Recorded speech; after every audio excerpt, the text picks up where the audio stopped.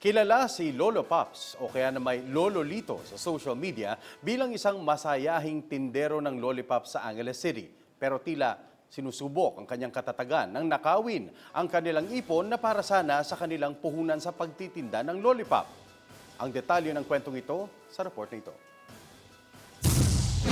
Umani ng samot-saring reaksyon sa mga netizen ang Facebook post na ito matapos malamang ninakawan si Lolo Lito o Lolo Pops kung tawagin ang sikat na tindero ng lollipop sa Ciudad Angeles. Malapit sa puso ng mga estudyante ang masiyahing tindero na sikat din sa social media dahil sa kasipagan nitong maglako ng lollipop sa syudad. Hindi lamang matamis na candy kundi matamis na ngitiri ang ibinibigay niya sa mga tao. Ngunit isang trahedya kung tutuusin ang nangyari sa kanila matapos nakawin ang kanilang pera. Binisita ng CLTV 36 ang kanilang tahanan ngunit wala roon si Lolo Lito. Kahit pa may bagyo, ayon kay Pasita Hino-Hino, may bahay ni Lolo Lito. Sinuong ang lakas ng ulan at hangin para makakuha ng panindang lollipop sa Magalang, Pampanga. Aniya hindi raw nakapagtinda si Lolo Lito dahil noong Biyernes nilooban ang kanilang bahay at natangayang higit 4,000 kita nila na dapat sanay puhunan sa mga lollipop. Ika-9 ng Setyembre, mag-aalas 3 ng umaga, may babae umanong pumasok sa kanilang tahanan. Kinabukasan nakita na lamang nila ang bag sa may labas ng pintuan na akalay na paglaruan ng mga apong kasama sa bahay. Nung ilalagay ko na yung pera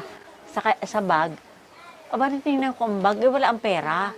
64 years old na si Nanay Pasita at paralisado ang kalahati ng katawan. Kaya naman hindi niya naramdaman na may kumuha sa kanyang bag na may lulan na 4,000 piso. Ba't wala ang pera? Nagkanda iyak na ako dahil yun na ang pera namin. Kahit wala kaming almusal, sinimot. Yun nga ang pera namin. Sabi ko, pag nagtinda si Lolo sa hapon, may pera na kami. Sabi ko gano'n. Eh, nawala na ang pera. Kwento pa ni Nanay Pasita, ilang araw din silang hindi nakakain dahil kapos sa pera.